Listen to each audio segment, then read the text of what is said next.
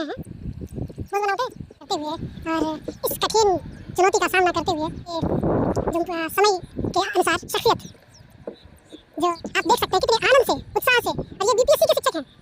प्रतिभा तो प्रतिभा है ना, वो चाहे बीच समंदर में भी छोड़ दिया जाए, बीच समंदर में भी छोड़ दिया जाए, अपने जिद पर अड़े हुए। ये पानी, ये नदी, ये नाव, ये कैसे रुकावट डाल सकता है।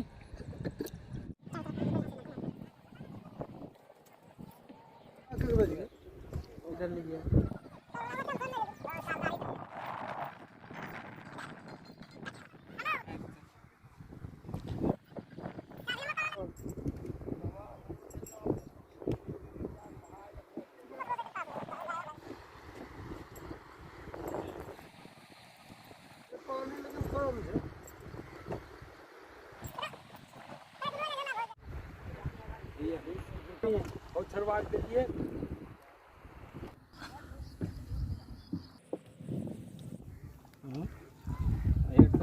बोले ओ माझी जी इधर देखिए।